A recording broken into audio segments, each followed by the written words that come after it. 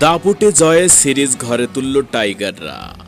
ব্যাটিংয়ে নেমে খুব একটা ভালো করতে পারেনি বাংলাদেশ, তবে প্রথম টি-20-র মতো এদিনও ওয়েস্ট ইন্ডিজকে শুরু থেকেই ভোগালেন টাইগার বোলাররা। বাংলাদেশের বোলারদের সামনে যেন অসহায় আত্মসমর্পণ করলেন উইন্ডিজের ভয়ঙ্কর সব ব্যাটার। এরই ফলে সিরিজের দ্বিতীয় টি-20-তে ২৭ রানের দাপুটে জয় পেয়েছে বাংলাদেশ। আর এ জয়ে এক ম্যাচ বাকি থাকতেই ২-০ ব্যবধানে সিরিজ নিশ্চিত করেছে টাইগাররা। আজ বুধবার সেন্ট ভিনসেন্টের কিংস্টাউনে খেলতে নামে দুদল। বাংলাদেশ সময় ভোর ৬টায় ম্যাচ শুরু হয়, যেখানে প্রথমে ব্যাট করা টাইগাররা নির্ধারিত ২০ ওভারে ৭ উইকেটে ১২৯ রান করে। জবাবে ব্যাট করতে নেমে ১৮.৩ ওভারে ১০২ রানে গুটিয়ে যায় ক্যারিবীয়রা। এদিন টস হেরে ব্যাটিংয়ে নামে বাংলাদেশ।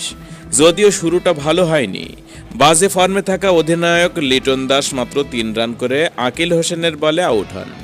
তানজিদ হাসান তামিম ব্যক্তিগত ২ রানে রোস্টন চেজের বলে বোল্ড হন। আর আগের ম্যাচে ভালো করার সৌম্য সরকার ১১ রানে রান আউট হন। এরপর হাল ধরার চেষ্টা করেন মেহেদী হাসান মিরাজ ও জাকের আলী, তবে মিরাজ ২৫ বলে ২৬ ও জাকের ২০ বলে ২১ রান করে বিদায় নেন। তবে শেষ দিকে শামীম হোসেনের ঝড়ো ইনিংসে দলীয় সংগ্রহটা কিছুটা উন্নতি হয় বাংলাদেশের।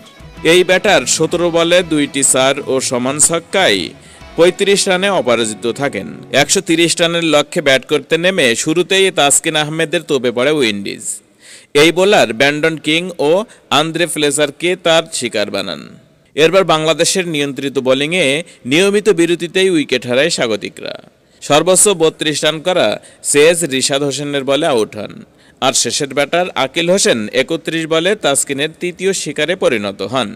মাঝে দুর্দান্ত বল করা তানজিম হাসান সাকিব রোমারিও শেফার্ড ও আলজারি জোসেফকে আউট করেন। ম্যাচ সেরা হয়েছেন শামীম হোসেন।